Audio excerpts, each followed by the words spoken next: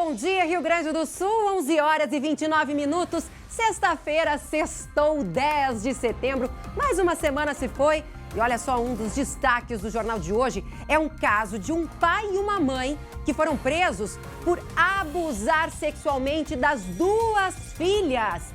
Filhas menores de idade. Quem tem as informações é o Lucas Abate, que inclusive está acompanhando este caso. Bom dia, Lucas.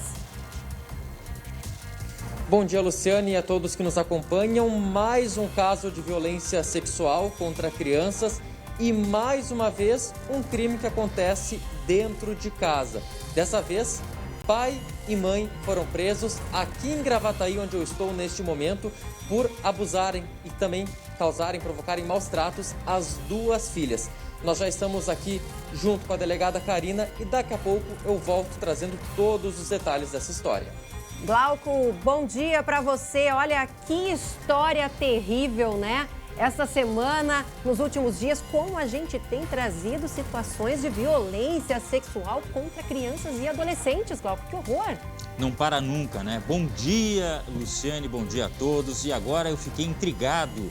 O que uma mãe, o que a mulher deste casal estava fazendo? Agora eu fiquei muito curioso para tentar entender. Justificar não tem como. Tentar entender essa história, Lu. Pois é, eu também estou curiosa. Daqui a pouco o Lucas Abate, então, traz todas as informações direto de Gravataí, onde este crime horrendo aconteceu.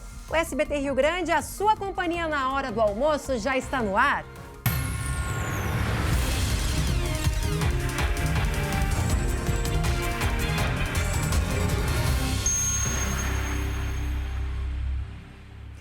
E daqui a pouco, o Lucas Abate, que está lá em Gravataí, também vai trazer informações de um outro caso que aconteceu aqui na capital. Inclusive, ô Glauco, eu até fiquei na hora um pouco confusa, que eu ia dizer Lucas Abate que está, porque eu passei a manhã inteira vendo esses dois casos, um em Gravataí, outro em Porto Alegre e tem ainda em Canoas, que eu já estava meio confusa.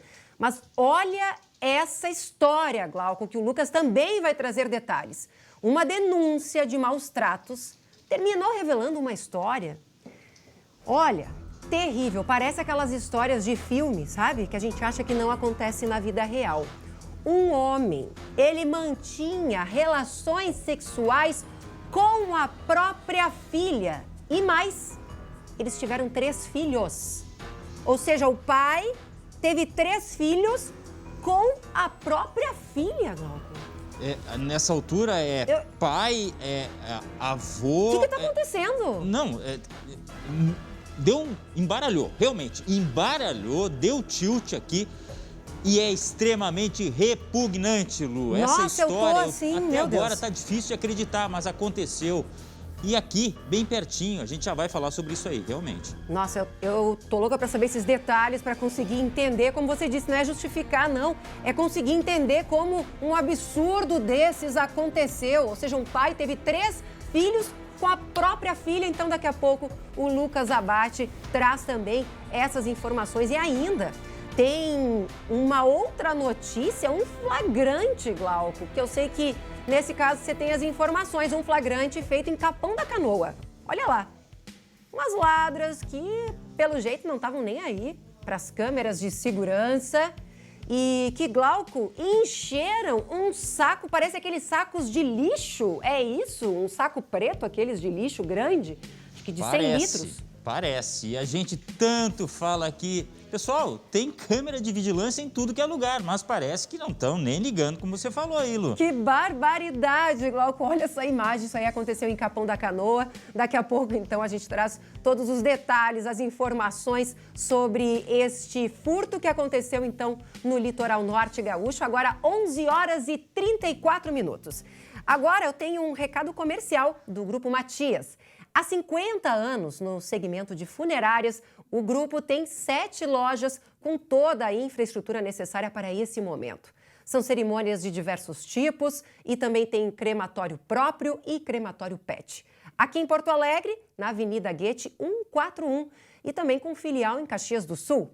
E para a sua organização financeira, agora existe um novo serviço, a compra programada. Trata-se de um parcelamento facilitado para a compra antecipada de uma cerimônia. parcelada em até 36 vezes sem juros. O atendimento pode ser feito em uma das lojas do Grupo Matias ou em casa. Mais informações pelo telefone 51 3110 8001. Vamos lá? Vamos seguir então com as notícias, agora 11 horas e 34 minutos. Presta atenção nessa história revoltante.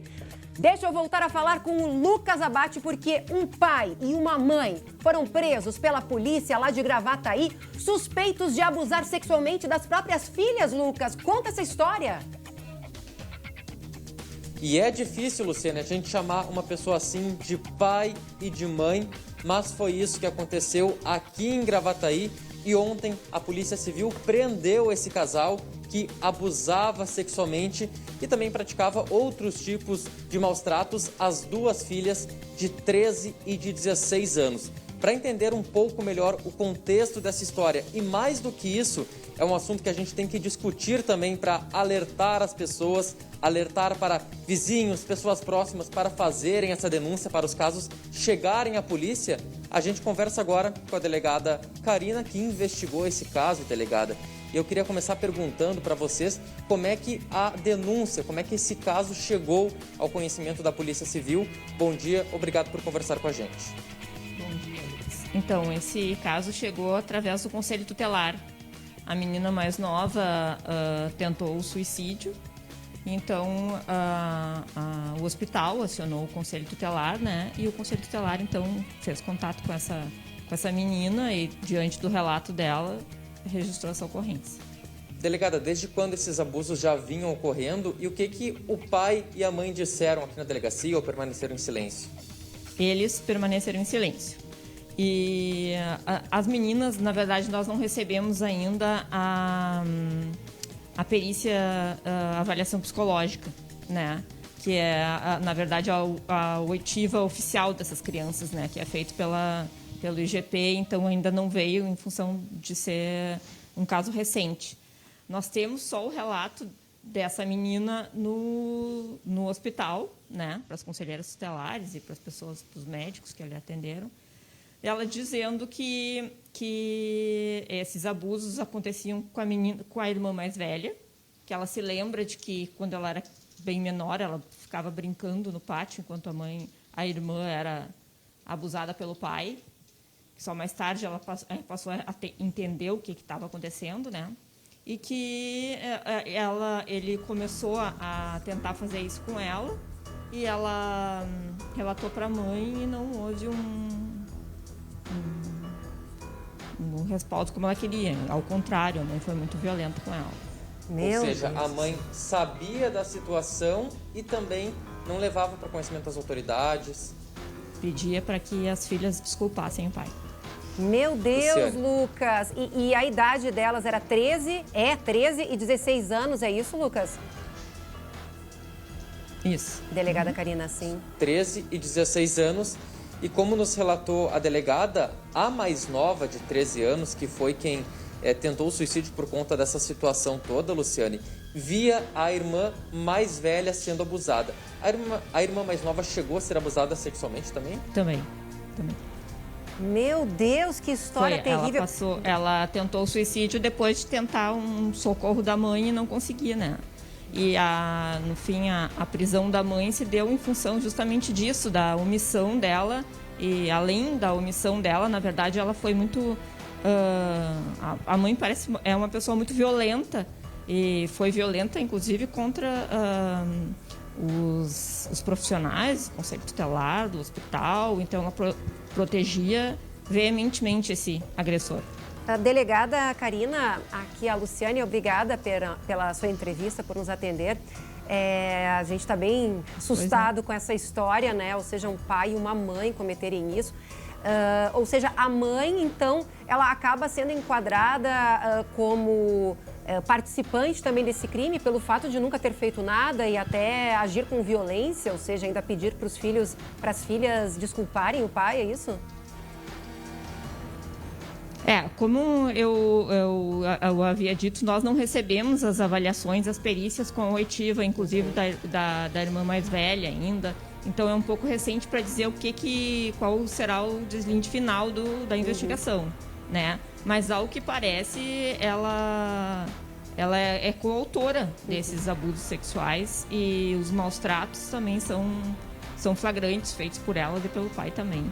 Agressões físicas muito fortes e psicológicas também. Nossa, 11 horas e 39 minutos, nós estamos trazendo uma história terrível que vem de Gravataí. Um pai e uma mãe foram presos preventivamente por maus tratos e abusos sexuais contra as duas filhas, uma de 13 e outra de 16 anos. O Glauco Pazza tem uma pergunta para a delegada Karina. Delegada, é um assunto muito, muito triste, mas que nós temos que tratar, porque são lares que estão doentes, né? Crianças, adolescentes à mercê de uma violência que a gente vê crescer cada vez mais. Em relação a esta violência que a jovem de 16, adolescente de 13 sofriam, a senhora chegou a falar aí, se não me engano, que estaria internada, enfim. São violências de que tipo? A senhora tem como nos especificar um pouco mais, além da violência sexual, o que fazia esse casal com as filhas? Bom dia, Glauco. Além, pelo relato que elas fizeram, que a mais nova fez para o Conselho Tutelar, são agressões físicas bem graves, desde de pequena. Elas tinham um relato, inclusive já havia até um acionamento da escola para o Conselho Tutelar, porque as crianças que essa menina tinha um comportamento agressivo na escola também, né? Então, ela era tapas na cabeça, há relatos de que jogavam contra a parede. E há violência psicológica também muito grave. Tanto que ela disse, que a mãe disse para ela que era melhor que ela morresse. Então, por isso que ela tentou o suicídio, para que esse problema terminasse. Meu Deus, pobre criança. E delegada, e essas duas meninas, elas estão agora sob os cuidados de algum abrigo, apoio psicológico? Porque eu imagino o trauma dessas duas meninas, né? Estão abrigadas as duas. E aí elas vão receber todo o suporte, apoio psicológico? Como é que funciona a partir de agora? Assim, isso fica a cargo, então, do setor da infância e da juventude, né? Do abrigo. E vamos ver como é que se dá o deslinde do processo também, do inquérito, né? Quem sabe possa haver uma reabilitação depois de uma prisão e Delegada? Uma futura reaproximação da família, né? Deixa eu lhe fazer uma pergunta. A senhora tem informação se os vizinhos ou familiares sabiam disso ou não? Não tenho, não. Porque isso é uma questão que a gente frisa bastante aqui, das pessoas ajudarem, às vezes, né? O que acontece dentro de casa, quando tem casos de violência, não podem ficar dentro de casa. As pessoas têm que ajudar, né? Normalmente, esses problemas são percebidos na escola, né? E uma das características justamente é essa, a agressividade da criança, o comportamento da criança na escola, né? E essas meninas, a mais nova principalmente, demonstrava isso desde pequena. Mas como nesse caso existe a cumplicidade da mãe e até a participação da mãe, também ficou mais difícil para o próprio Conselho Tutelar apurar, né? Então, houve um acobertamento da mãe. Certo. Então, há muitos anos as crianças passavam por esse sofrimento. Nossa, que tristeza, que sofrimento. E até a Luciane Glauco. Oi, Lucas. E eu até estava lembrando que nessa semana, quando a gente estava acompanhando o caso Ágata lá em Lajeado, a gente trouxe aquela informação das denúncias que com o retorno das aulas presenciais, daquele atendimento presencial no Proerd da Brigada Militar, em uma semana, 3 crianças de Lajeado, apenas da cidade de Lajeado, fizeram esse relato para a Brigada Militar, para os policiais do Proerd, pedindo ajuda, pedindo socorro. Ou seja, os sinais têm que ser bem observados e esse retorno até às escolas, a outras atividades, isso tem sido bastante importante para essas crianças consigam manifestar algum pedido de socorro. Para terminar, Lu, Obrigada, Lucas. Diga, Glauco. Tomara que essas crianças tenham essas adolescentes tenham todo o suporte possível. Nossa. Porque a delegada foi clara. você viu que a filha menor, ela já estava sendo violenta. Por quê? Porque perpetua a violência que ela acaba acompanhando dentro de casa. Claro, é o que a gente sempre fala, né, Glauco? Ou Tomara seja, que elas acabam consiga, né? reproduzindo essa violência, né? Seja na escola, nas suas relações sexuais. Tomara que elas tenham todo o suporte e possam dar a volta por cima. Obrigado. Glauco, continua aí que eu quero fazer um chamado aqui para o pessoal de casa. 11h45. Dá uma olhada nessa imagem, porque olha só, tinha um tempo que os criminosos até eram mais discretos, né? Tinham medo da câmera de segurança, botavam embaixo do casaco, dentro da bolsa. Agora, olha o que essa quadrilha de ladras fez em Capão da Canoa, gente. É um saco de lixo daqueles de 100 litros, aqueles sacos grandes, pretos. Ela enche, Glauco, de mercadoria, mas enche de um jeito que eu não lembro de ter visto uma coisa assim antes. Que agilidade, que velocidade para roubar, né? Para furtar aqueles produtos ali. Mas olha que absurdo, a quantidade. Isso chama atenção, realmente, né? E como se, entendeu? Nada estivesse fora da ordem, porque nem olha muito para os lados, vai ali e enche aquele saco do jeito que dá, com tudo que veio pela frente. São 4 mulheres que a gente vê nas imagens, é praticamente um arrastão, né? Nem aí para as câmeras, eu volto a repetir aqui, pessoal, tem câmera de vigilância, por mais simples que seja o estabelecimento, tem. Capão da Canoa, a gente está cansado, Lu, de mostrar maus exemplos como este aí. Bom, o prejuízo da comerciante, neste caso, ficou em cerca de R$3.000, é o que ela calculou assim por cima, né? Mas olha, um período em que a economia está, né, sofrendo ainda, pandemia, o comerciante está tentando se reerguer, é um impacto e tanto. E a comerciante, a dona da loja, disse que não é tão raro acontecer, não. Volta e meia acontece isso aí por lá, tá? Mas agora, vamos olhar de novo essa imagem. Volta um pouquinho, porque, olha, é tanta cara de pau. Volta um pouquinho, Richard, da imagem pra gente ver desde o início. Aqui elas pegando, eu acho que parece uma colcha, né? Olha só, elas vão chegar aqui, isso. Aí, olha aqui, essa daqui vai abrir agora aqui, ó. Ela vai abrir o saco de lixo. Aqueles sacos pretos, ó, 1, 2, 3, vamos contar. 4, 5, 6, 7, 8, 9, ela pegou, não sei se ela pegou 9, 10. Aí, olha só, a prateleira ficou vazia, o que ela faz lá, Glauco? Vai arrumar para não chamar atenção. Olha ali, ela ainda organiza a prateleira para não chamar. Olha ali, e pegou mais, eu não tinha visto essa parte. Acho que ela pegou mais umas 3, 4 aqui. Gente, mas como é que elas saíram com esses... Pegou mais. Às vezes, Lu, o que acontece? Tem um movimento relativamente grande na loja e até as pessoas não conseguem dar atenção para todo mundo. E eles se aproveitam. Outra possibilidade, tá? Que os comerciantes falam muito. Tem gente que chama a atenção dos atendentes. Por exemplo, uma delas vai lá, ou até faz um escândalo, um mini escândalo. Por quê? Porque daí chama a atenção e as outras fogem. Olha aqui, ó, peguei até o meu casaco aqui para reproduzir o que essa daqui, ó, que tá vendo o tapete faz. Abre aqui a câmera, pessoal, aqui, ó. Ó, o tapete, que bonito! Pra ninguém ver o que tá acontecendo, ó. Aqui, deixa eu tapar o Glauco aqui, ó. Olha aí, ó. Enquanto isso, o Glauco tá aqui, ó, cometendo... Aqui, vamos tapar o Glauco. Ó. Eu não apareço. Não. Mas que espertinha ali, hein? Aquela ali, olha aqui, gente. Ela fica o tempo inteiro olhando o tapete. E aqui é um corredor. Aí ela levanta o tapete... E levanta o tapete e olha, e bota aqui, e bota aqui. E aí ela enrola o tapete, olha, ela dá uma olhadinha pra trás, ó, pra ver se já foi. Aí acho que quando ela diz, vai, aí elas saem tudo junto.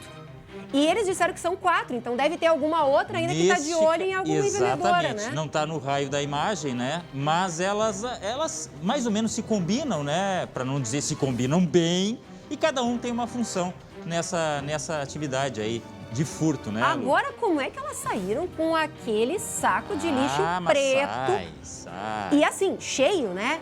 Disfarçam. Devia estar tipo o saco do Papai Noel ali, de presente. Disfarçam. Sabe o que me parece isso aqui, Glauco? Aquelas mantinhas, sabe aquelas mantinhas meio apeluciadas? Primeiro eu achei que era lençol, mas eu tô achando porque ela é meio fofinha. E eu tô impressionada. Elas levaram umas 15 ou 20. Fizeram uns quantos enxovais aí, né? Sim, fizeram. Olha, eu adoro que essa aqui, ela dá uma olhadinha aqui, ó. Tá enrolando o tapete. E aí ela levanta de novo. Tipo, nossa, estão pegando. Aí ela levanta de novo.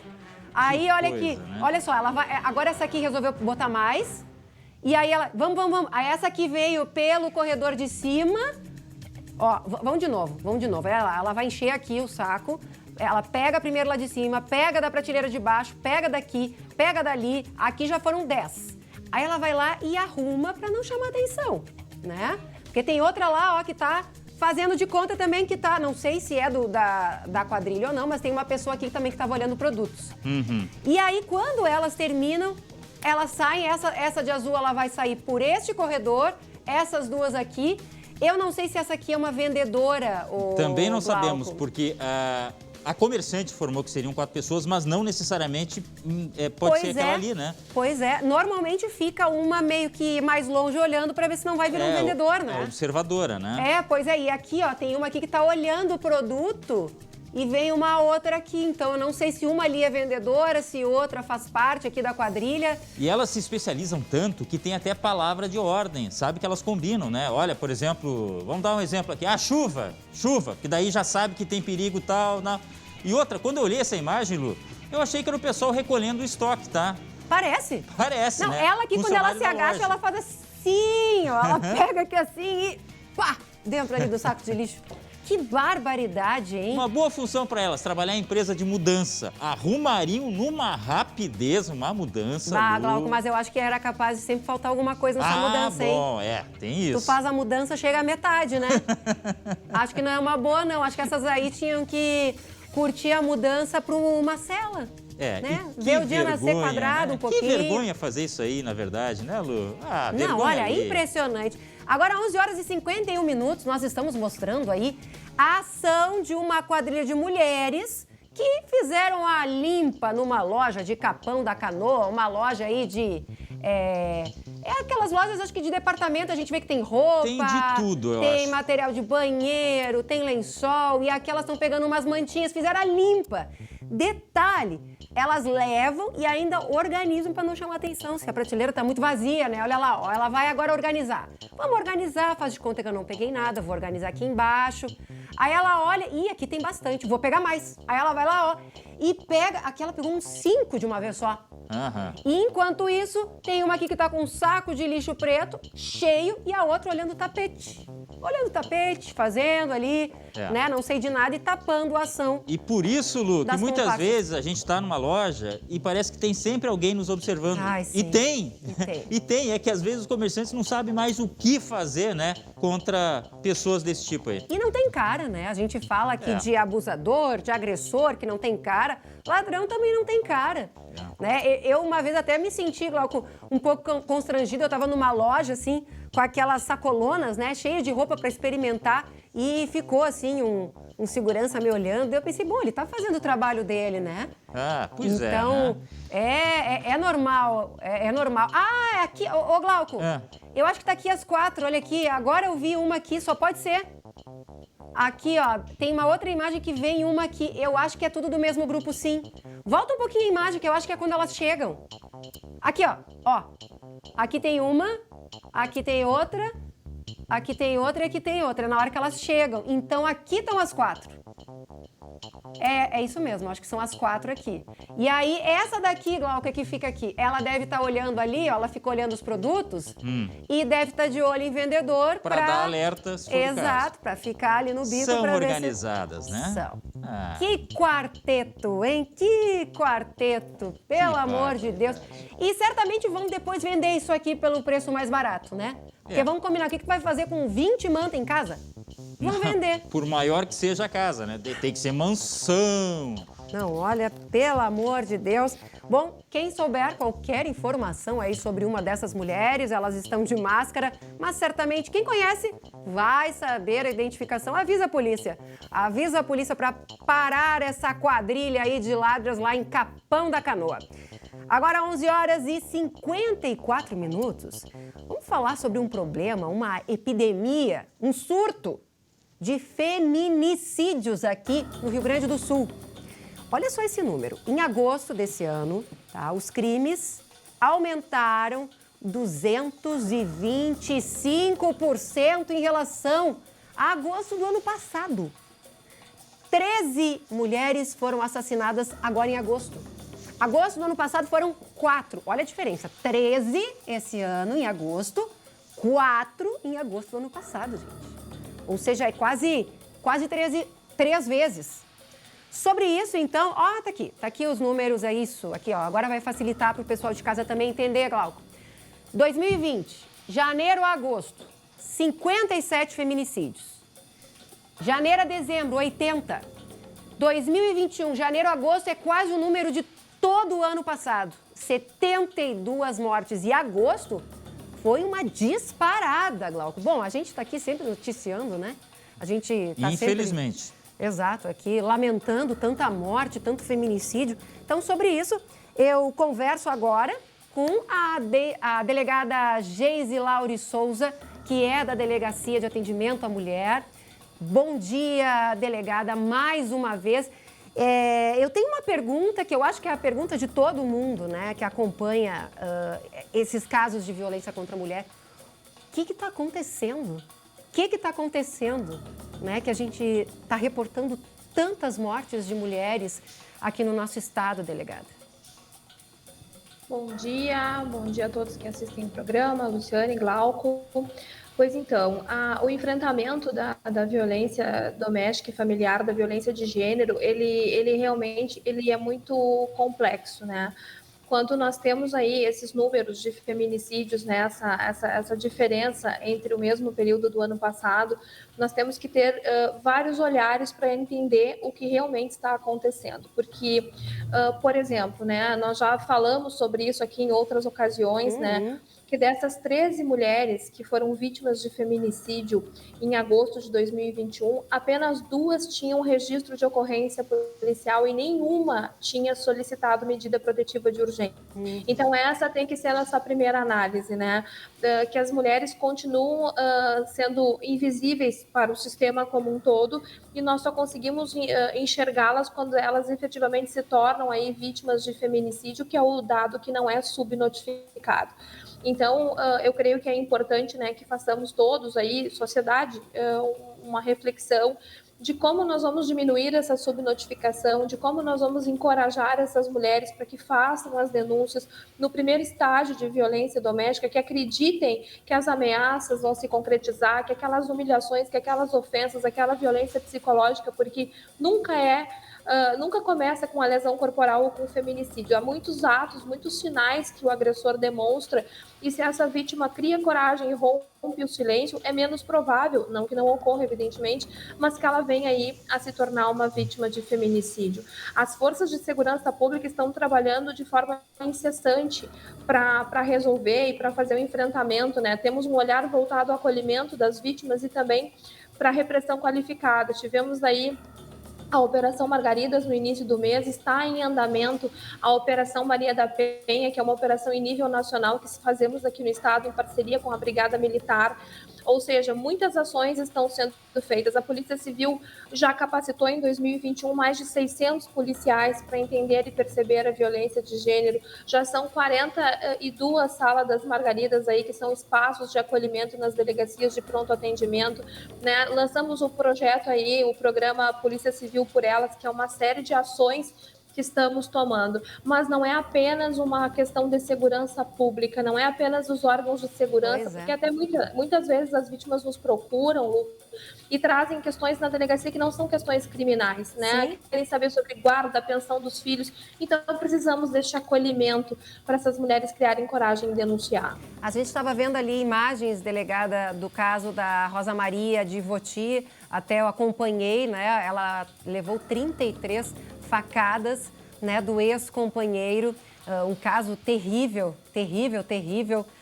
que aconteceu no mês de agosto. A gente teve vários casos, né, Glauco, emblemáticos agora em agosto. Teve o caso lá de Serafina Correia, né, da jovem que foi morta pelo ex-companheiro. A gente teve também o caso de Bom Retiro do Sul. E agora, delegada, em setembro, a gente também está tendo, né, novas ocorrências. A senhora acha que para conseguir combater esse tipo de crime não é só a questão policial, ou seja, a gente deveria ter um trabalho mais, vamos dizer assim, mais forte, desde a escola, desde a família, ou seja, desde que as mulheres e os homens ali na adolescência, para conseguir reverter isso, porque a gente sabe que na fase adulta às vezes é difícil, né? A gente fica aqui, denuncia, denuncia, denuncia. Mas ainda, infelizmente, o número de denúncias é muito baixo, né? Comparado aos casos, né, delegada? Exatamente. Nós temos aí uma subnotificação que ainda é em torno de 90% dos casos que não chegam ao nosso conhecimento. Nós temos que diminuir esse espaço de notificação, né, as denúncias, as ocorrências dos crimes como ameaças, injúrias, né, que agora temos a tipificação da violência psicológica, elas precisam ocorrer, como eu já disse, nos estágios de violência doméstica.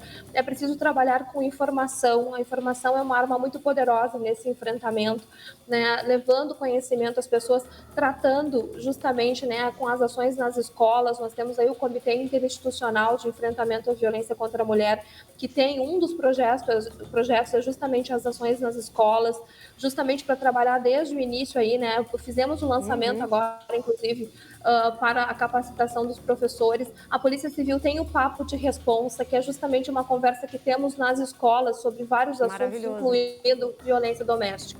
Maravilhoso, inclusive, esse projeto. Agora, Glauco, para mim, é um assunto que deveria estar na sala de aula, assim como uma disciplina, sabe? Está no currículo. Porque é uma questão cultural que tem que ser modificada. Agora, Lu, a melhor maneira de entender as coisas é tentar se colocar no lugar do outro. E não sei se a delegada concorda.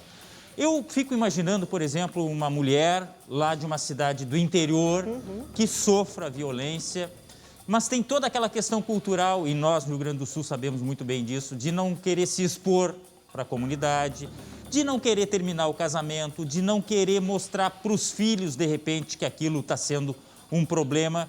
Só que ela tem que entender, né, delegada, que inclusive os filhos podem ficar sem mãe daqui a pouco. É uma questão que vai além. É hora de se tratar, enfrentar realmente de frente essa questão, né? Ou virem a reproduzir essa violência, né, na fase adulta, como a gente acaba vendo aqui, ou seja, crianças que vivem em meio à violência acabam se tornando agressores, exatamente, se perpetuando. Ô, delegado, isso aqui que o Glauco falou, eu acho que é muito importante, né? Porque, na verdade, as mulheres apanham e elas se sentem vítimas, porque a maioria dos homens dizem, não, mas tu tá apanhando porque tu não fez direito. Tu tá apanhando porque tu é uma ordinária, tu é uma preguiçosa, tu não faz nada, tu não consegue trabalhar, vítima quem não sustenta a culpada, casa sou né? eu. Exatamente. Isso. Então, é a culpabilização da vítima. Parece que isso não acaba, delegado. Exatamente. Tudo que ele falou é verdade, isso acontece muito, assim, justamente por isso que nós temos tantos dados subnotificados, justamente em razão do medo, muitas vezes, de se expor e dos julgamentos que essas mulheres sofrem. A nossa missão é de ver essas vítimas, a todas essas mulheres e a sociedade como um todo, que elas não estão só... Porque justamente isso, né? Às vezes a mulher não se percebe na condição de violência, de vítima de uma violência de gênero, mas às vezes a gente conversa nas escolas com as mães, quando há pais e, enfim, nas palestras, e explicamos, né, que as crianças também são vítimas secundárias da violência doméstica. Isso pode gerar a reprodução dessa violência, tanto como vítima quanto agressor no futuro. E por isso que é importante, né, que essa vítima se perceba e peça ajuda. Esse tem que ser o nosso recado. Peça ajuda, porque é só assim que a gente vai conseguir diminuir a subnotificação, levando informação e fazendo esse enfrentamento. Porque quando chega para nós aqui, na esfera de segurança pública, que muitas outras esferas já deram errado. Né? Então, nós precisamos acolher essas vítimas e passar essa mensagem que estamos aqui, né, a todos nós, a sociedade, para não julgar e para ajudá-la a enfrentar esse processo aí do rompimento do ciclo de violência conjugal. Tá certo, delegada Geisilaure Souza, mais uma vez pela entrevista. Muito obrigada pelos esclarecimentos, obrigada. E a gente deixa aqui na tela para vocês anotarem os números. Olha ali, ó, 180 para denunciar, tá? Esse é o telefone, 180. Tem ainda o site delegaciaonline.rs.gov.br e tem esse WhatsApp, anotem esse WhatsApp, 984440606. Manda um WhatsApp, denuncia, tá ouvindo um vizinho, tá batendo na mulher, denuncia, tá sendo vítima de agressões, denuncia. A gente quer que as mulheres possam ter uma vida digna e não sejam mais vítimas dessa violência que está intrínseca na nossa sociedade, na nossa cultura. A gente precisa virar a chave, a gente precisa mudar. 12:04, vamos mudar de assunto, já que é sexta-feira, vamos dar uma relaxada, né? Sextou, e sextou com a abertura oficial da Expo Inter, que terminou há pouquinho, lá no Parque Assis Brasil, em Esteio. Quem está lá é o Guilherme Roquete. Guilherme, deixa eu conversar com você, bom dia! Você está aí com o deputado Gabriel Souza, acabou de terminar, né, o desfile de campeões, né? Bom dia, Luciane, bom dia a todos. A gente está aqui com o presidente da Assembleia, o deputado Gabriel Souza, que também é médico veterinário, né, presidente? Está acontecendo ainda, Luciane, a gente ainda está ouvindo algumas falas aqui, mas todos os 89 animais que participam e que foram premiados nessa edição da Expo Inter, eles ainda estão aqui no palco principal dessa feira, que é justamente a pista aqui principal da feira. Deputado Gabriel, o senhor que é médico veterinário, né? Como é que o senhor viu esta edição da Expo Inter que marcou a presença do público de volta aqui ao Parque Assis Brasil? Bom dia. Bom dia. Primeiro, a superação do agro, né, negócio que aqui no Rio Grande do Sul é extremamente importante para a nossa economia, né? Então a força do agronegócio gaúcho, não só na questão da produção animal, mas também vegetal, na questão das máquinas agrícolas, dos insumos, dos laboratórios e de toda a cadeia produtiva que cerca aí o agro, né? E também inegavelmente, né, é o marco da retomada dos eventos presenciais no Rio Grande do Sul. Então, por isso também é muito importante a feira transcorreu com toda a normalidade, nenhum problema até agora. A feira com bastante gente participando, dentro dos limites aqui de público. E eu entendo que o Estado, a partir dela, agora vai começar a recomeçar a fazer os eventos, né, presenciais, porque de fato isso também acaba gerando emprego, renda e riqueza no nosso estado. Então está de parabéns aqui os organizadores da 44ª Expo Inter. E a própria Assembleia Legislativa, deputado, teve algumas ações aqui, né? Uma delas foi a assinatura de um projeto para poder regulamentar, podemos dizer assim, a questão da cachaça produzida aqui no estado, deputado. A Assembleia tem uma casa aqui no Parque de Exposições, né, para fazer eventos. A gente transfere a presidência da Assembleia de lá do Palácio Farroupilha em Porto Alegre para cá. Então eu estou despachando aqui todos os dias, o dia inteiro. E sim, ontem foi assinado o decreto que regulamentou a lei que a Assembleia aprovou para incluir os produtores gaúchos, formalizar os produtores gaúchos na cachaça artesanal, ou seja, dar condições para que eles possam ser formalizados e com isso disputar o mercado que só cresce nesse ramo, né? E também a Assembleia patrocinou aqui a Expo Inter Digital com R$150 mil, dinheiro economizado pelos deputados do Rio Grande do Sul e que me possibilitaram passar o recurso para contribuir aqui com a Expo Inter, que também tem uma edição digital que está funcionando muito bem também e tem aí uma série de ações interativas que a população que não vai vir no parque por algum motivo vai poder acompanhar de lá. Inclusive, Luciane, essa edição da Expo Inter Digital é aquela que a gente mostrou na reportagem de ontem do SBT Rio Grande, que tem várias câmeras ao vivo, vários eventos transmitidos de forma simultânea. Lu, o deputado não está te ouvindo agora, mas pode passar a pergunta para mim aí, tu e o Glauco. Inclusive, se o Glauco quiser tomar a cachaçinha dele aí depois, agora vai estar certificada pelo projeto que foi aprovado aqui na Assembleia Legislativa. Ô Gui, eu tô aqui, olha só, eu tô com um mel que a Alessandra Bergman ontem trouxe aí da Expo Inter. Esse aqui é o mel Schiller, porque o pavilhão da agricultura familiar, né, Glauco, sempre é um sucesso. Ela trouxe salame, trouxe queijo. A Alessandra Bergman, ó, beijo, amei aqui o presente. E eu queria saber sobre a expectativa sobre a comercialização, as negociações. Eu imagino que deva haver aí uma expectativa muito grande para esse ano. Claro que a comparação com o ano passado é ruim, né, Guilherme? Mas deve estar todo mundo muito otimista, né? Pois é, deputado, então a Luciane lá no estúdio pergunta a expectativa para esse balanço final em termos de comercialização, em termos de a própria venda na agricultura familiar. Vocês imaginam que a gente deve avançar em relação a 2020? Nós tivemos uma limitação de público, né? 20 não teve Expo Inter presencial, então, claro, né, não dá nem para tentar comparar, mas 2019, que foi a última Expo Inter 100% presencial, chegava a ter final de semana com 100 mil pessoas num dia aqui no Parque Assis Brasil. Hoje só podem entrar 25 mil pessoas, né? No domingo passado, que foi o maior público até agora, entraram 11.500 pessoas, além das 10 mil que já circulam no parque, são os expositores, enfim, o pessoal aqui da infraestrutura. Então deu 22.500 pessoas. Ou seja, tu tens que ter essa ponderação de que é uma Expo Inter diferente, né? Mas eu não tenho dúvida, domingo nós vamos saber melhor, né, que o volume de negócio ele vai surpreender, porque proporcionalmente, né, o volume de negócio que vai acontecer vai ser muito alto. Haja visto que aqui estão as concessionárias de veículos, do maquinário agrícola, né, as colheitadeiras, plantadeiras, entre outros insumos, os laboratórios, todos os animais, aqui viu 89 grandes campeões e campeãs das suas respectivas raças e espécies. Então eu acho que é uma Expo Inter que vai superar a expectativa, nós vamos saber melhor esses números no domingo. Perfeito, obrigado, deputado. Luciano, eu fico por aqui, daqui a pouco a gente, não sei se a gente volta ainda mais tarde ou até o final do programa, a gente fica por aqui acompanhando então essa abertura oficial da Expo Inter. É contigo com o Glauco aí no estúdio. Obrigada, Guilherme. Pois é, olha, a Expo Inter é sempre, né, um evento muito esperado pelos gaúchos. Amanhã, inclusive, está confirmada, né, está prevista a visita do presidente Jair Bolsonaro e, inclusive, o presidente da Assembleia deve agraciar o presidente da República com a medalha do Mérito Farroupilha. A previsão é que Jair Bolsonaro visite a Expo Inter por volta das 11 horas da manhã. 12:10, chegou a hora de um recadinho da Biscoito Zezé e para a gente matar a saudade do André Har, que está de volta na semana que vem. Confira aí.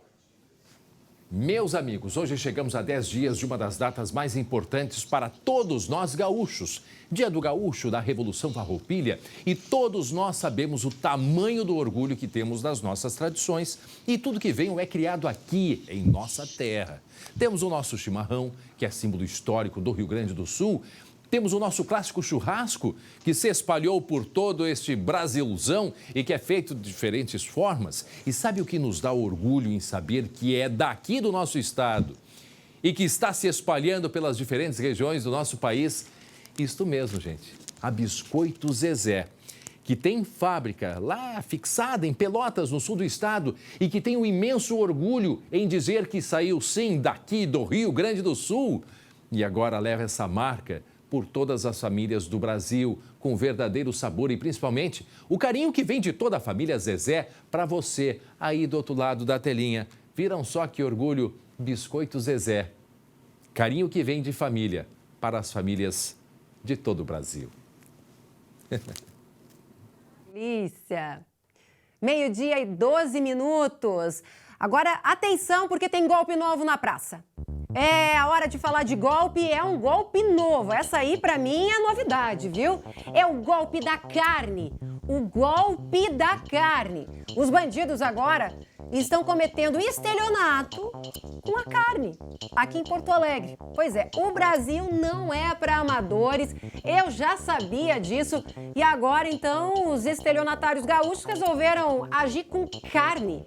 Explica essa história, Glauco, porque, olha, eu fiquei de queixo caído. Que horror isso aí. E sabe quanto é que tá custando a carne, né, Lu? Tá caro, né? Ah, tá muito Preço de caro. ouro. Churrasco nosso de cada dia tá cada vez mais difícil, viu? Mas deixa eu te contar essa história aí. Os policiais prenderam 2 homens suspeitos de causarem prejuízo de R$220 mil numa compra de carnes que não foi paga. Como assim? Compraram e não pagaram? Exatamente isso que aconteceu. Conforme a investigação, os estelionatários encaminharam comprovantes falsos. O que eles faziam? Eles diziam que tinham pagado pelo produto, só que eram falsos esses comprovantes. Não chegava um centavo na conta de quem fornecia esta carne. No local da ação da polícia foi encontrada uma parte da carga armazenada de forma inadequada. Inclusive, olha, presta atenção, Lu. Ai, que um nojo. cheiro de podre. Ah, que carne nojo. Ô, estragada. Glauco, na hora do almoço. É, a gente tem que falar. Infelizmente, além Pois é. de fazerem esse crime de comprar e não pagar, armazenavam de forma irregular, em situação insalubre. nojo. Comprovado isso por agentes da vigilância sanitária. Tá, mas e o pessoal consumia isso? Ah, deixa eu te falar. Tinha um restaurante. Que? Um restaurante? Sim, tinha um restaurante onde foi encontrado, inclusive, a outra parte da carga, isto no bairro Cidade Baixa, em Porto Alegre. Que nojo. É, Aí a polícia agiu, logicamente, né? Teve funcionário querendo queimar parte das caixas, as caixas onde vem a carne, para que não fosse identificado o lote do produto, ou seja, para que os policiais não vissem que aquilo fazia parte de um lote que havia sido vendido, mas o dinheiro não tinha entrado na conta. Esses suspeitos devem ser responsabilizados, foram detidos por crime contra relações de consumo e desobediência e fraude processual. Esta é a fraude da carne. Que barbaridade. Carne é fraca. Já tem aquele ditado, né? Neste caso, a carne também é podre. Olha que coisa nojo. lamentável, Lu. Lamentável. 12h e 14 minutos, nós estamos trazendo informações sobre o golpe da carne. Ô, Glauco, me ajuda aqui a explicar. Ou seja, é um golpe mais complexo. Primeiro, eles compravam a carne, diziam que tinham pago e mandavam lá um recibo falso. Exatamente. Começava por aí, né? Ou seja, eles compravam a carne, mas não pagavam. Diziam que tinham pago, mas não pagavam. Aí, ou seja, só nisso aí já foi ali uns 200 mil reais de prejuízo. 220 mil reais. 220 mil reais de prejuízo. Essa é a primeira parte. Segunda, era mantida em condições péssimas. Vamos dizer assim, nojentas. Insalubres, totalmente. Totalmente impróprias, né? Totalmente impróprias. Inclusive impróprias para a convivência dos funcionários. Olha só que foi avaliado. Olha a imagem aqui. Olha a imagem Ainda da bem onde que estavam... não tem cheiro televisão. Né? Ai, nossa, nessa, às vezes a gente gostaria que tivesse um arominha, mas nesse caso, Não, Deus é bom. me livre, Glauco. Não.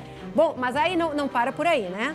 Armazenava em lugar insalubre, sem higiene, tá? Ou seja, primeiro compraram a carne e não pagaram. Depois mantiveram a carne em local, sem higiene, sem condições.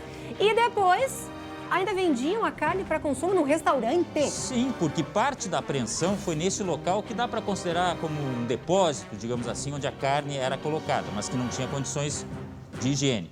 E parte da carga estava já num restaurante que era de propriedade desses estelionatários, repetindo, no bairro Cidade Baixa, um bairro muito tradicional aqui da capital, certeza. aqui em Porto Alegre, e parte dessa carga estava lá, onde funcionários tentaram, inclusive, se desfazer das caixas para tentar evitar que os policiais chegassem à origem desta carne.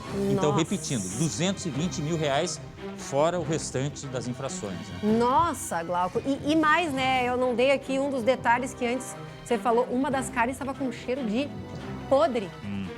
Então, pensa Podre. bem. Pensa bem. Churrasco, gente. Carne, que tá a preço de ouro. Tá ali, ó, com a gasolina, né? Eu não sei o que tá mais caro. Porque encher tanque, fazer churrasco atualmente é coisa de rico. Taco a taco. Ou você come carne ou tem carro. Não dá as duas coisas. As duas tá coisas difícil. é difícil. Agora, puxa vida, os golpistas estão querendo estragar até o churrasco. E às vezes o fornecedor ele vai na boa fé. É aquela história que a gente tanto falou aqui, né? Vendeu uma vez, vendeu duas vezes, eles pagaram, na terceira vez não pagam. E assim eles vão aplicando golpes. Tem a questão também do envelope, que você já ouviu falar, né? Sim, vai lá, sim, deposita dinheiro como se estivesse depositando dinheiro no envelope, só que não deposita nada e pega o comprovante e manda para determinada pessoa. Envelope vazio, né? Exato. É uma coisa parecida aí. Tá, Pegava... mas nesse caso aqui, eles davam um recibo falso, é isso? Encaminhavam pro fornecedor, né? Um recibo que, às vezes, você até ali no próprio computador, você vai e faz uma espécie de recibo e talvez na boa fé o fornecedor tenha caído, né? Sim, sim. Ou seja, eles não faziam esse pagamento. Não entrava e aí, na conta. Fraudavam ali o recibo e mandavam para eles. Daqui a pouco até já haviam comprado de forma legal e aí, não sei, né? A gente está chutando. Mas às vezes isso acontece. Às vezes os golpistas agem legalmente, pagam para haver uma relação de confiança. Não sei se é este caso, mas às vezes acontece. Por isso que tem que abrir o olho, né? Até porque a polícia ainda está investigando, né?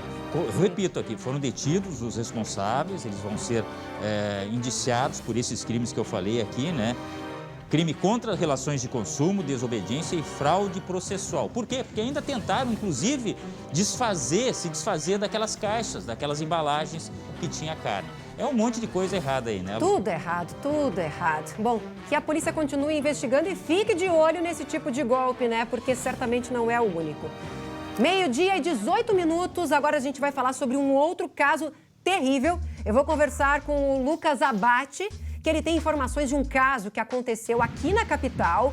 É outro caso de embrulhar o estômago Outro caso terrível, outro caso enojante, assim, ó, que meu Deus do céu, sabe? Eu não sei o que eu faço com uma pessoa dessas. Uma denúncia de maus tratos acabou virando algo muito maior.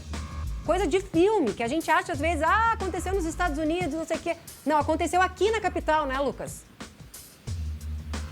E prestem bastante atenção nessa história, porque é uma história complicada, complexa e difícil até mesmo de ser explicada, de ser contada, Luciane. Vamos lá. A polícia foi acionada para um caso de maus tratos. O bebê, uma criança de 1 ano e 9 meses, estava sofrendo maus tratos do pai e da mãe. A polícia foi até essa casa e quando chegou lá se deparou com uma história muito mais complicada. Na verdade, a mãe dessa criança era uma jovem que foi abusada pelo próprio pai. Ou seja, Luciane, ela foi abusada sexualmente pelo pai, engravidou do próprio pai e teve essa criança que estava também sofrendo maus tratos. E os abusos eram cometidos há muito tempo, há pelo menos 10 anos. Quando essa jovem já tinha 15 anos de idade, ela já havia sido abusada sexualmente pelo pai, era abusada dentro de casa durante todo esse tempo e acabou, no meio de toda essa situação, criando uma relação, como se fosse um matrimônio, um casamento com o próprio pai. E sabe, não sei se a gente pode dizer o pior de tudo isso, mas sabe o que aconteceu ainda antes, Luciane Glauco? Outras 2 crianças foram geradas fruto desses abusos e foram entregues para o Conselho Tutelar e foram adotadas por outras famílias. Ou seja, uma história muito complicada, muito complexa e até a gente tem dificuldade para contar porque realmente envolve uma família e uma jovem que há pelo menos 10 anos está envolvida nesse cenário de recorrentes abusos sexuais. Meu Deus! Me faltam até palavras aqui, Lucas. Vamos tentar entender aqui, Glauco. A polícia recebeu... É monstro! Não, isso aí não é um ser humano, né? Não é um ser humano. A polícia recebeu uma denúncia, Lucas, de maus tratos. Foi lá ver maus tratos para uma criança de 1 ano e 9 meses. Chegou lá, o autor desse suposto maus tratos, que na verdade era bem pior do que maus tratos, né? Ele era foragido da justiça por causa de um delito de trânsito, é isso, né? Essa foi a primeira parte. Também teve essa situação que a gente nem chegou lá ainda, que ele era foragido por outro crime, um homicídio de trânsito já há bastante tempo, ele era considerado foragido e inclusive foi preso por esse fato. Só que o enredo de abuso sexual foi descoberto ao longo ali da conversa dos policiais com o casal, que na verdade não era um casal, era pai e filha que tiveram mas 3 bebês nesse meio tempo. Que história horrorosa! Eu sei, Lucas, que você está tentando apurar tudo isso, mas eu fico pensando, se as outras 2 crianças foram para o Conselho Tutelar, ninguém soube disso, ninguém agiu, ninguém conseguiu evitar que essa menina continuasse tendo esses abusos? Olha, realmente, Luciane, essa menina hoje tem 25 anos. Na época em que o abuso foi denunciado, isso já foi descoberto há mais de 10 anos, quando ela tinha 15 anos. Houve uma denúncia, o pai foi preso na época, há mais de 10 anos, respondeu por esse crime de estupro e olha só uma situação que poderia ter sido evitada nesse meio tempo todo. O pai, na cadeia, continuava recebendo visitas da filha, da própria filha que ele abusava. Ou seja, nesse tempo todo, ninguém conseguiu romper esse vínculo ou tentar afastar essa jovem do próprio pai. Porque mesmo preso pelo estupro que ele cometeu contra ela, eles continuavam tendo esse contato até mesmo dentro da cadeia. E o Justino pode chegar aqui, poxa, mas por que essa filha não denunciou? Por que ela não foi para a polícia? Por que ela não foi pedir ajuda na justiça? Gente, olha só a idade que ela começou a ser estuprada, violentada. Olha o medo que de repente ela tinha desse pai. Olha a situação que ela vivia, a situação social, a gente não sabe exatamente. Ou ela foi convencida de que ele era realmente o marido dela, ou seja, além de pai, eu sou teu marido. O cara violento, a criança, que na época é uma criança, né? Tá em formação. Tem medo sim, tem medo e depois perpetua isso aí com o passar dos tempos e vai ficando normal. Sim, porque é um lar doente, é uma família doente. Vai ficando normal da cabeça da adolescente, que já não era mais tão adolescente, que aquilo ela tinha que se submeter. E aí aconteceu com mais crianças, quer dizer, teve mais gravidez, teve mais filhos gerados dessa relação. Que coisa absurda isso, Ai, que coisa absurda mesmo. Lucas, daqui a pouco, então, você volta. Obrigada pelas informações. Eu tô até com medo de chamar o Lucas de novo, porque é uma história pior que a outra. Mas daqui a pouco você volta, Lucas. Obrigada. Uma sexta-feira muito complicada, Nossa viu? Nossa Senhora, muito complicada. Ô, Glauco, e você continua, porque agora, 12h e 24 minutos, a gente vai falar sobre os transtornos da chuva dessa semana, né? Choveu mais de 100 milímetros nessa semana aqui em Porto Alegre. Por sinal, Stael Cias já está aqui no estúdio, quero saber se vai chover mais. Parece que vem frio, depois vem chuva, tem até um ciclone aí na costa. Mas falando da chuva que já passou, alguns bairros ainda estão calculando o prejuízo. É o caso da Rua da Represa, na Zona Leste. O Guilherme Roquette esteve lá essa semana, mostrando a Rua da Cachoeira, praticamente, não é da Represa. E a gente foi atrás, né, do que está sendo feito. Quais são as medidas para evitar esses novos alagamentos, enxurradas, que inclusive já custaram a vida de uma mulher em 2017, nesse mesmo local, a Karine, que morreu naquela época. Glauco, o que o DEMAI trouxe de resposta aí? Olha, nós conversamos, Lu, com o diretor do DEMAI, Alexandre Garcia. Bom, para começar, ele disse que equipes estiveram no local. Bom, é o mínimo que a gente esperava, né? Inclusive no dia já daquela enxurrada em que o Guilherme esteve lá e no dia posterior. A medida emergencial é tirar um pouco do lixo daquele córrego, daquele arroio, arroio-moinho, né?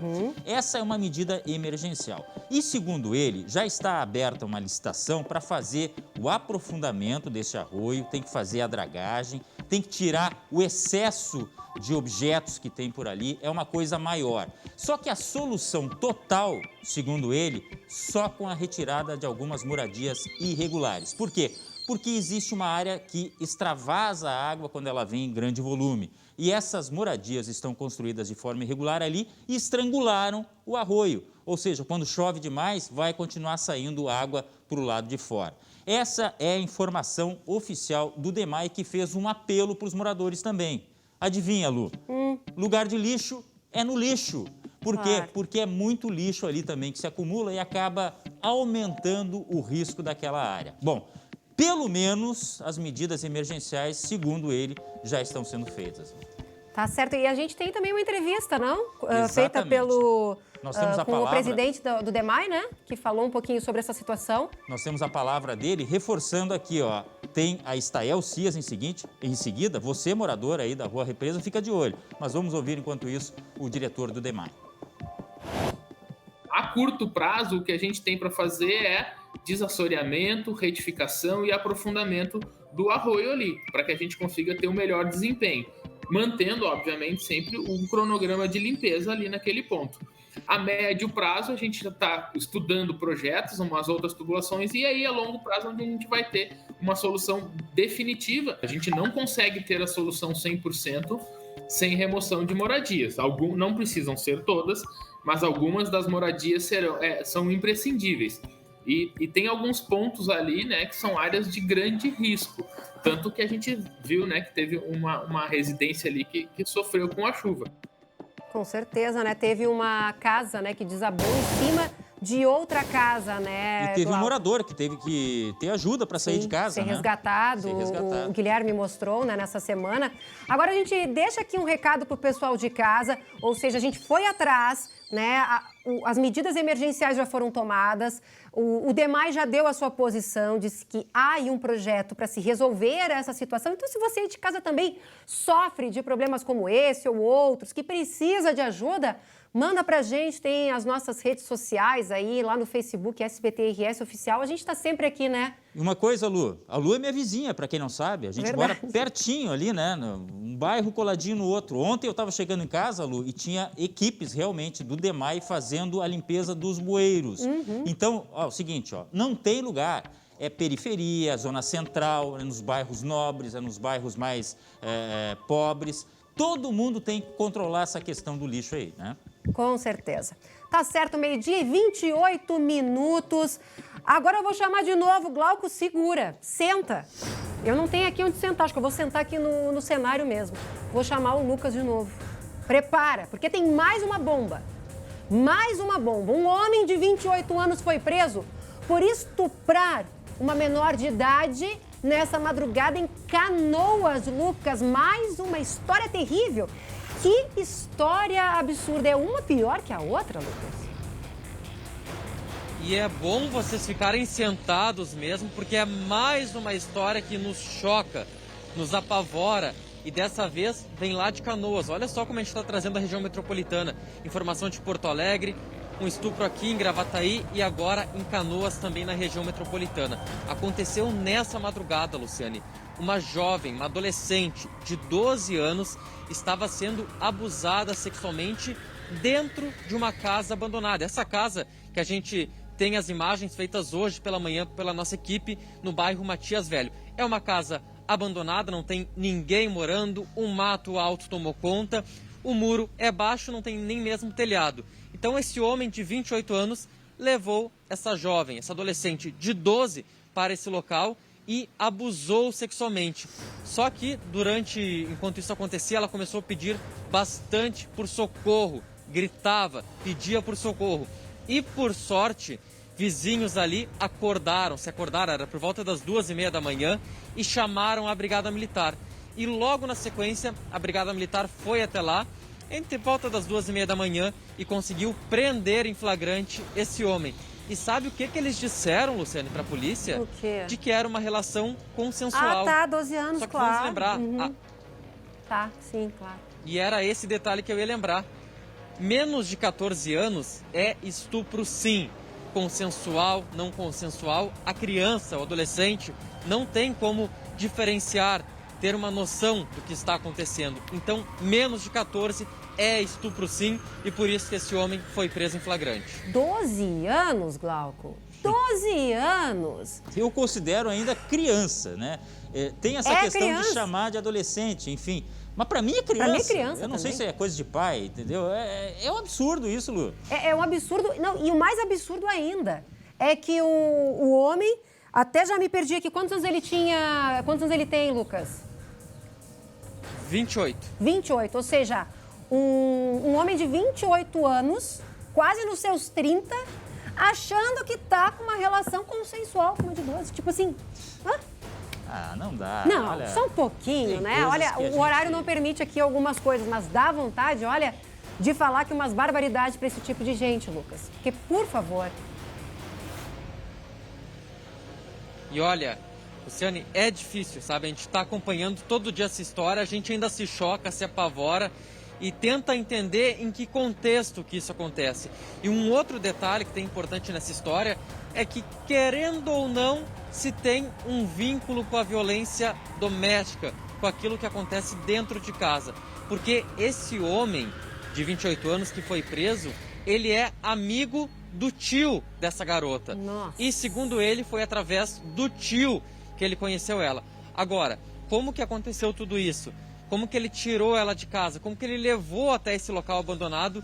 Isso é algo que a polícia vai investigar a partir de agora, porque nenhum dos dois deu detalhes sobre isso durante a madrugada, quando aconteceu essa ocorrência. Ô, Lucas, uma dúvida. As câmeras de segurança que a gente está mostrando aqui, elas mostram o momento em que ele vai lá buscar essa menina em casa, é isso? O que mostra essa câmera aqui que a gente está vendo nesse momento?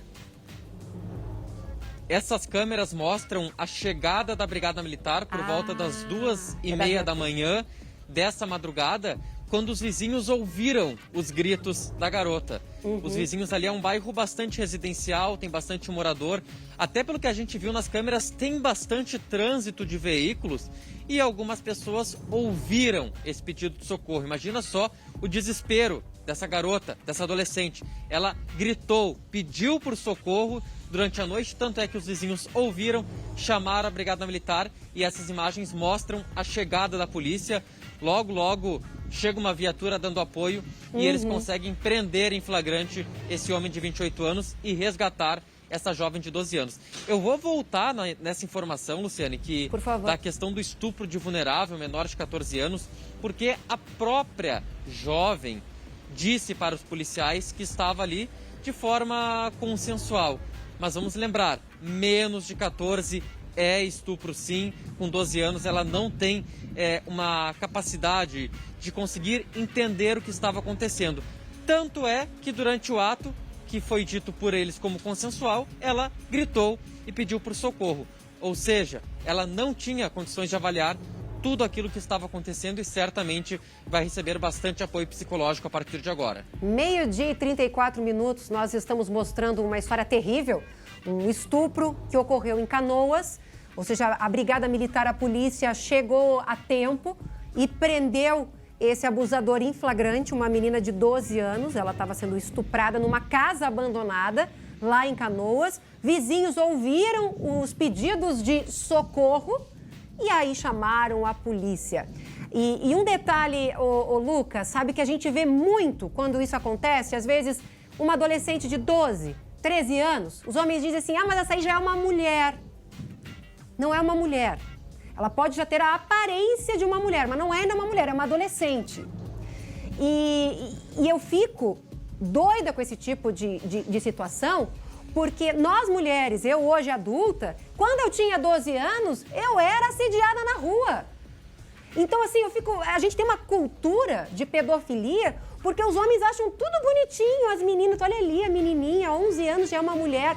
Sabe, eu fico assim, enojada. Vamos crescer, gente. 12 anos, é uma criança. Mas ela já está formada. É uma criança, não interessa, está na lei. E outra, e mais, ela pediu socorro. Se ela pediu socorro, é porque ela não queria. Primeiro lugar, 12 anos, já não é querer ou não querer, é estupro. Segundo lugar, ela pediu socorro, né, Lucas? Eu acho que tem que deixar bem claro, ou seja, estava tudo errado.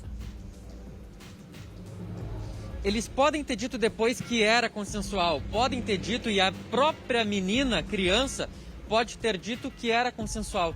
Só que não pode, é menor de 14. E mais do que isso, se ela pediu socorro em algum momento, é porque ela se sentiu bastante ameaçado. E daqui a pouco, até quando ela falou que era consensual, era justamente por medo desse homem. Exatamente. Por medo da influência que ele poderia ter sobre ela e sobre a própria família. Por isso que se tem essa legislação, que menos de 14 anos a pessoa pode ser influenciada por uma pessoa mais velha. Tem aquela relação de poder, daqui a pouco de uma hierarquia. Alguém que é mais velho impõe regras, impõe respeito e a criança acaba se submetendo àquilo por medo. Por isso que a lei é bem clara quando prevê que menos de 14 anos é estupro sim. Baseada em aspectos científicos, tá? Capacidade de discernimento da mente humana. Agora, só para terminar, Lu... É revoltante isso, sabe, Glauco? Não, saber que esse rapaz... Revoltante. Eu vou chamar de rapaz, tá? O que eu penso não dá para falar aqui. Esse rapaz, se ele for preso, se já foi preso, ainda tem que ter todo um cuidado especial, porque senão ele vai sofrer muito na cadeia. E ainda vão acusar o sistema carcerário de ter deixado ele exposto. Bem, vem toda aquela história lá, né? É trabalho dobrado ainda para o sistema de segurança do Estado. Tá certo, obrigada pelas informações, Lucas e Glauco. Só para arremeter é do avião. Só para concluir aqui essa informação, que eu sempre gosto de deixar essa sugestão para as pessoas fazerem um exercício. E se fosse a tua filha? E se fosse a tua filha? Você ia achar que é normal? Vamos pensar, gente, vamos pensar, sabe? Chega dessa cultura de achar que as menininhas de 12 anos, só porque elas já estão com corpo de mulher, que elas são mulher, não são. Então chega disso, chega. Vamos respirar um pouquinho, né, Glauco?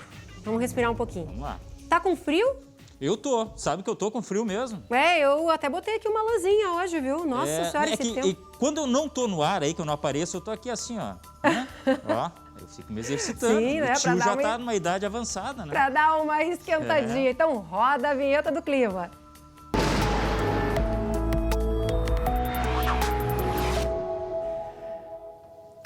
E a Estael Cia já está aqui com a gente no estúdio. O Estael, depois dessa chuvarada da semana, quem saiu cedo de casa trouxe um casaco, né? Até deixa eu sair aqui do estúdio, vou pegar o meu aqui, ó. Vou deixar todo mundo em louco. Vou até botar aqui, ó, o meu casaco, porque eu tô sabendo que vai ficar frio. Até eu trouxe aqui, ó. Pronto. Bem preparada. Vim preparada. Ó, o microfone, eles vão me matar aqui já. Já estão me matando. Mas, Estael, então quer dizer que tem um ciclone aqui na costa que está piorando aí a situação e fez a temperatura também despencar, é isso? Exatamente. Mas olha, como a gente já está na prática, na primavera, nada é definitivo. A gente tem frio, vai ter calor, vai ter chuva e depois frio de novo. Então, tem que estar preparado para tudo. Vamos mostrar aqui uma bela imagem aí, do ponto de vista principalmente de nós, meteorologistas, desse ciclone que está atuando. A gente tem aqui essa imagem de satélite, é de agora. É interessante que a gente vê bem esse formato aqui, essa curva que faz aqui em torno do sistema de baixa pressão atmosférica. É isso que é um ciclone, é um sistema de baixa pressão atmosférica e que acaba favorecendo a formação de nuvens, de chuva. Tem toda essa frente fria associada que está lá já no sudeste do Brasil. E olha que interessante, nessa imagem a gente consegue ver a fumaça das queimadas aqui em Goiás, Tocantins e Minas Gerais, que está com incêndios de grandes proporções. Então, está cortado. Daqui para cima tem ar seco, tem queimadas, daqui para baixo teve muita chuva, tivemos transtornos, inclusive Ijuí e São Pedro do Sul decretaram situação de emergência em razão dos temporais com granizo e tem este ciclone aqui. O que vai acontecer daqui para frente? O ciclone, geralmente, ele se forma junto ao continente, depois se afasta para alto mar. Então, ele vai se afastar, vai se deslocar nessa direção para o oceano e esse ar mais seco, que a gente vê aqui, céu limpo, sem nada de nuvens aqui entre o norte da Argentina e a região da Cordilheira dos Andes, esse ar seco vai chegar ao Rio Grande do Sul e, por isso, as nuvens que hoje cobrem boa parte, grande parte do estado, se afastam. Amanhã é um dia ensolarado, bonito e cai mais a temperatura. Hoje já fez frio, a temperatura baixou de 5 graus em áreas mais altas e tem esse vento, né, que é consequência também desse ciclone que acaba acentuando a sensação térmica mais baixa. Hoje à tarde a temperatura vai subir devagar, não sei se a gente pode colocar o mapa do Rio Grande do Sul, que a gente mostra como é que fica hoje à tarde. A gente tem 21 graus em Uruguaiana, 23 lá em Santa Rosa, 21 graus em Novo Hamburgo, 16 em Pelotas. Essas áreas aqui da Campanha e da Zona Sul terão 15, 16 graus à tarde. Com vento, a sensação térmica fica mais baixa, e 22 em Santa Maria. Tem nebulosidade, tem chance de alguma instabilidade mais na metade sul, agora no finalzinho da manhã, início da tarde, mas da tarde para a noite o tempo vai abrir nessas áreas. Sábado ensolarado, frio pela manhã. Vamos colocar Porto Alegre aqui nos próximos 4 dias. Agora está em torno de 16, 17 graus, né? Isso. Tá e com bem vento fresquinho. acaba ficando mais fresquinho. Vejam, amanhã 12 graus em Porto Alegre, 21 graus à tarde, ainda fica ameno, mas aqui no domingo a gente vai a 26. Em Porto Alegre, porque lá na fronteira oeste, nas Missões, a gente pode ter no domingo 32, 34 graus, então a gente sai do frio e vai para o calor no domingo. Domingo a gente vai ter verão e inverno no mesmo dia. Exatamente, né? Quem acordar cedo vai sentir frio e aí à tarde vai sentir calor. É isso aí no domingo mesmo, porque em todas as regiões o domingo vai começar fresquinho. E aqui na segunda-feira ela estará de volta, chuva. Luciana, a gente tem o nível dos rios Ibirapuitã, o rio Quaraí lá na fronteira oeste, onde choveu muito, o nível dos rios está alto. Até também estava alto, né? Mas ele deu uma baixadinha, sim, né? Mas o impacto maior foi nesses municípios da fronteira oeste do centro, porque choveu muito no Alegrete, choveu muito em Santa Maria, São Gabriel, esses municípios. O nível dos rios está alto lá. A gente vai ter uma trégua na instabilidade agora no final de semana, mas a situação ainda preocupa porque volta a chover forte em grandes volumes entre a segunda, a terça e ainda em parte da quarta-feira. E, de novo, áreas da metade sul devem ter os maiores acumulados. Ou seja, os rios já estão cheios e aí vão receber mais chuva. Exatamente. Então, esse é o cenário preocupante de alerta às autoridades, essas comunidades que moram nessas regiões ficarem muito atentas aí, porque vai ter uma pequena melhora no fim de semana com tempo seco, mas na segunda volta a chover forte. E aí, depois dessa chuva forte, o frio volta. O inverno ainda não... Frio? Frio, até com potencial de geada. E na segunda-feira a gente vai trazer todos os detalhes aí, quais as áreas que têm maior potencial de frio e mesmo nessa condição de risco aí. Mas frio assim de dar geada. Frio Prefiro mesmo. frio do que esse vento chato. Esse vento é muito chato. Mas é frio, não, é vento de primavera, né? Só começou, é verdade, é tá isso aí. só começando, Glauco, vai preparando. Pelo menos até lá em novembro esse vento vai fazer companhia pra gente aqui, então, não tem jeito. Segunda-feira a gente quer saber então como é que vai ser esse frio na semana que vem. André Har vai estar aqui, vai te perguntar tudo que eu tenho certeza. Com certeza. Tá certo, obrigada, Estael. E agora vamos para um rápido recadinho do André Har. Olá, pessoal, meus amigos. Eu vim aqui para pedir a atenção de vocês nesse recado dos nossos dentistas parceiros da Sorri Fácil. Olá, boa tarde. Você quer voltar a sorrir? Então aponte a câmera do seu celular para o QR Code aqui embaixo. Eu sou a doutora Fernanda Teixeira e hoje estou aqui para falar com você que sofre com a perda de um ou mais dentes e tem vergonha de sorrir. Os implantes dentários da Sorri Fácil são a solução para você. Chegou o momento de você priorizar a sua qualidade de vida e conquistar o seu melhor sorriso. Estaremos te esperando com atendimento especial entre os dias 13 e 18 de setembro. No sábado, dia 18, com horário estendido até às 18 horas. Chegou a hora de voltar a ter confiança para sorrir e se alimentar sem medo. Agende agora a sua avaliação pelo QR Code ou ligue 0800 600 3130 ou ainda busque por Sorri Fácil nas redes sociais. Sorri Fácil, sorrir é uma conquista. E agora eu tenho uma pergunta. Qual a próxima fase da tua vida? Essa pergunta é o que a Feira de Oportunidades do Senac quer te ajudar a responder. E tem histórias lindíssimas para te inspirar sobre os teus próximos passos. Olha só. Danley tem 22 anos. Ele é morador da comunidade da Rocinha, no Rio de Janeiro. Depois de repetir o 6º ano do colégio, ele decidiu se dedicar aos estudos. Quando eu voltei do 6º ano, depois que eu tinha repetido, eu voltei disposto a nunca mais deixar de soltar pipa na minha vida. Então eu voltei disposto a estudar para não repetir mais de ano. E daí em diante eu fui só melhorando. As minhas notas passaram a ser entre 10 e 9. E aí eu comecei a me destacar muito na escola. Eu comecei a ganhar algumas premiações. Foi com essa mesma determinação que Danley conseguiu passar no vestibular.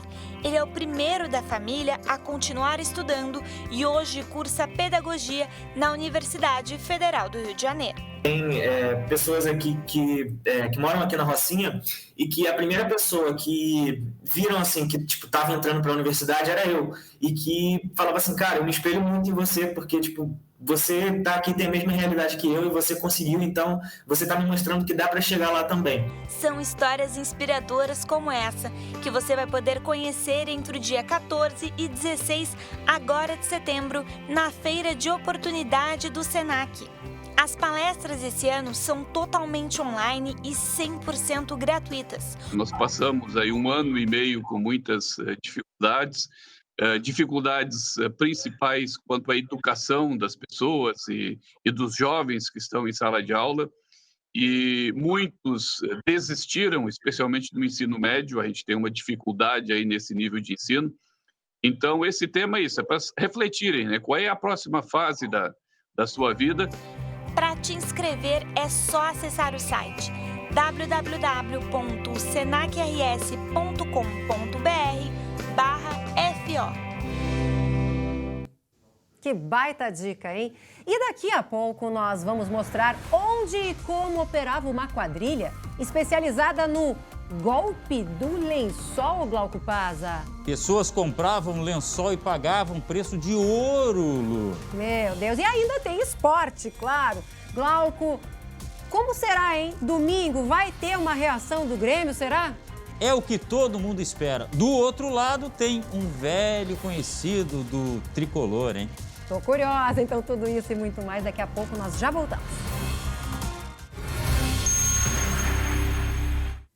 Estamos de volta ao vivo para todo o Rio Grande do Sul, agora 12h51. Atenção para essa notícia, porque teve gente que ficou em maus lençóis, Uma verdadeira mansão em Gravataí foi alvo de uma operação da Delegacia da Polícia Civil de Alvorada. A casa servia como base para uma quadrilha que aplicava o chamado golpe do lençol. Glauco, a gente já chegou a mostrar isso aqui, eu lembro do Lucas Abate falando. E é impressionante, continua o tal do golpe do lençol? Continua. Isso não é casa, isso é uma mansão, né, Lu? Olha só o revestimento, o piso, uma mega TV, banheira de hidromassagem. Como você falou, isso aí servia de base para essa organização, né? Como é que eles faziam, Lu? Eles batiam de porta em porta oferecendo lençóis. As pessoas compravam e daí eles davam a possibilidade de passar o cartão de crédito. Só que aí é que vem o golpe. Eles passavam uma vez o cartão e diziam, poxa, não deu, não passou. Passavam de novo, e de novo, e de novo. E aí, um produto que custaria, sei lá, R$100, saía por 1.000. Por quê? Porque eles pagavam várias vezes naquele cartão e às vezes colocando valores que eram muito superiores e o consumidor acabava não vendo. Só via depois quando vinha a fatura, né? Um golpe extremamente bem organizado. Os mandados da polícia de Alvorada foram cumpridos em Gravataí. 8 meses de investigação, mandados de busca e apreensão em 20 residências. E a polícia apreendeu aí, produtos como relógios de luxo, 5 carros, vários produtos domésticos. Algumas coisas eles já tinham lavado esse dinheiro, né? Ou seja, pegaram o dinheiro que não era deles, na verdade, que e eram de golpe. E a quantidade de lençol, né, realmente. E aí acabavam lavando esse dinheiro comprando esses produtos aí, esses bens. Olha, eu vou te dizer o seguinte, o delegado Carlos Assis afirma que o golpe estava sendo aplicado em Alvorada, mas é realizado em várias cidades do sul do país. Então, atenção, hein? Quando alguém chegar e oferecer lençol ou produtos desse tipo, cuidado com essa questão de passar o cartão de crédito também. Muita gente não tem ali aquele aviso, né, no celular que vem instantaneamente quando você gasta alguma coisa no cartão. Então, o risco está aí. Não, e fora que às vezes, né, eles até colocam errado o número. Por exemplo, é R$70, bota 700 e a pessoa nem vê, né? Exatamente. Então, pode acontecer uma série de fraudes ali nesse momento. E eu lembro da época que o Lucas Abate fez essa reportagem de gente que perdeu tudo, Glauco. Aí a gente olha a riqueza dessa gente aí. Porque às vezes, para não dizer quase sempre, eles batem na porta de que tem necessidade. Quem não ganha lá rios de dinheiro e todo o dinheirinho, aquele contadinho, acaba indo para o bolso desses criminosos. Bom que agora esses aí estão em maus lençóis. 12h54. E a cidade de Cristal, aqui no sul do estado, acendeu a chama crioula nesta quinta-feira. Esse ano o evento está ocorrendo de forma regional, ainda por causa da pandemia. Confira agora no estúdio Farroupilha. A cerimônia foi realizada no Parque Bento Gonçalves, na 16ª Região Tradicionalista. No ano passado, o acendimento da chama, que marca o início dos festejos farroupilhas, foi cancelado devido à pandemia.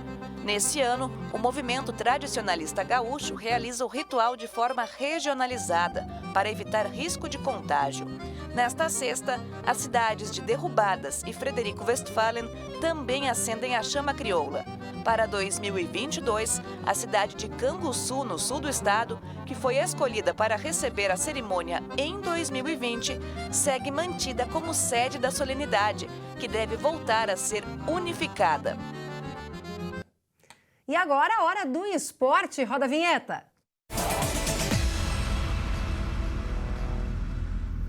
Chega mais aí, Jeremias, para a roda. Glauco Pazza já está aqui entre nós. Estamos aí, sexta-feira, Glauco. Sextou. Sextou. E domingo tem Grêmio e Ceará, né?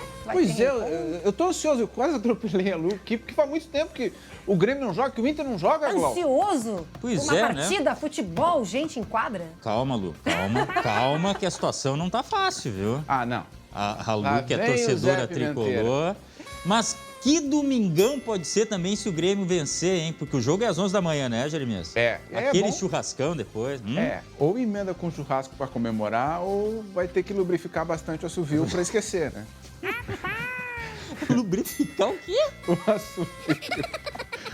Não, mas falando sério, Grêmio e Ceará é um jogo importantíssimo. E o que é a ironia do destino, né, Glauco? O Grêmio vai enfrentar um velho conhecido. Já enfrentou o Renato? Agora, é o outro, exatamente, Thiago, lembra do Thiago? Thiago Nunes. Vamos ver então esse reencontro Grêmio e Ceará com Thiago Nunes do outro lado? Neste domingo, os dois técnicos à beira do campo em Grêmio e Ceará estão na folha de pagamento do Grêmio. Não entendi foi nada. Pois é. O Grêmio do Felipão encara o Ceará de Thiago Nunes, que ainda recebe uma grana do tricolor por causa da rescisão contratual.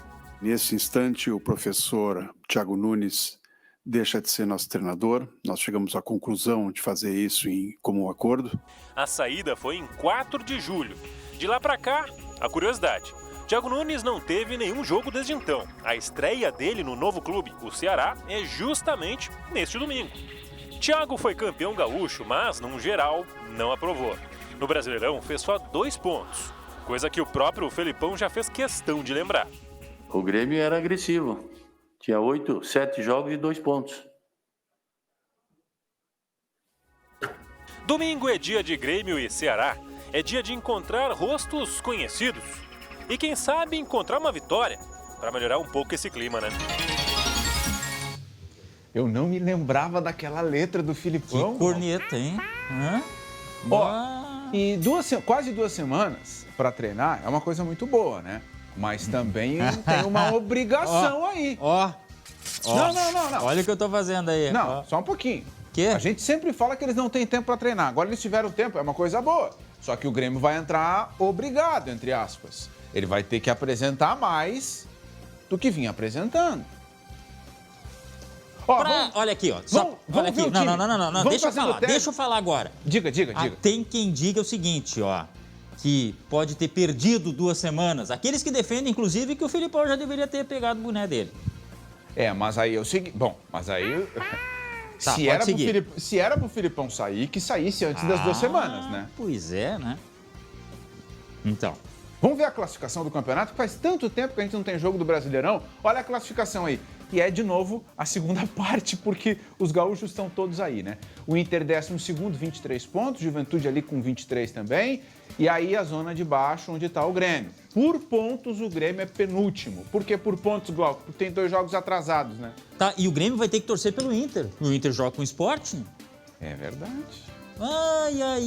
Aí quebra a cabeça do torcedor. O Grêmio não joga, cai sem jogar e ainda tem que torcer pelo Inter. Mas olha a situação. Segunda-feira dá pra fazer uma interativa, hein? Se os colorados vão querer que o Inter vença Mas o Sport deixa ou o não. Grêmio fazer a parte dele também, né? Tem que vencer. lembrado. Isso aí é primordial, né? Porque se vencer, eu não sou mestre em matemática, mas se vencer, o Grêmio ainda não escapa da zona, né? Vai chegar mais perto de botar a cabeça pra fora do poço. Mas eu acho que é a questão também moral, né? De vencer assim e dar aquela... Opa, vamos lá. Tá, mas acha que vem novidades aí no domingo? Vamos ver a escalação? Vamos botar a escalação aí? Porque, ó, o Filipão testou todo mundo e resolveu que vai com o que ele vinha fazendo. Eu ouvi dizer que o Romildão entrou na lateral direita. Não teve um desempenho muito bom. É corneteiro esse Glauco. Tá aí a escalação. Chapecó. Não é o Breno, é o Chapecó. A tendência do momento é que o Chapecó continue no time. Wanderson, Jeromel, Kahneman, Rafinha, Vila Sante, Thiago Santos, Ferreira, Campaz, Alisson e Borja. E tem coisa melhor que isso? Eu acho que não. Não, né? É um time, olha, dá pra dizer que é o time considerado ideal. Pelo menos no momento. No papel, esse time não deveria estar na situação que está, né? Não. No papel, esse time deveria ser franco favorito contra um Ceará. O Ceará que passa por problemas, contratou o Thiago Nunes. É a estreia do Thiago Nunes, né?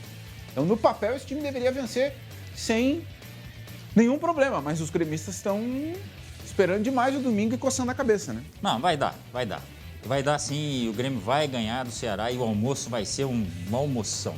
Vamos falar do Inter? Tem novidade no Colorado, Glauco? Novidade? Tem. Já bota na tela aí as informações das novidades dos jogadores do Inter.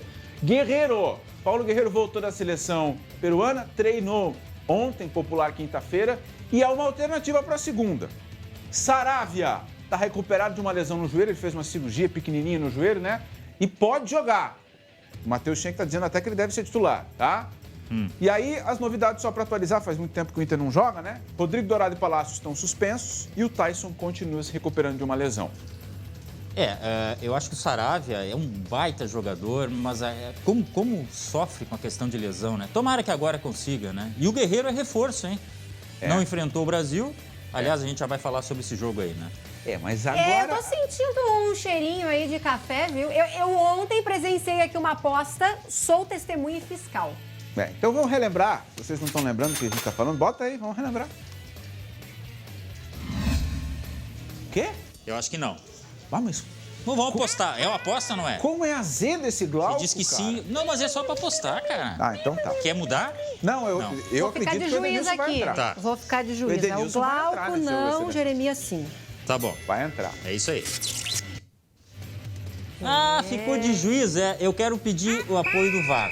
Não, aqui não tem Porque VAR, é o não. seguinte, Aqui ó. não tem VAR, não. Tá aqui meu café, rapaz. Quanto que tempo vai? jogou, Edenilson?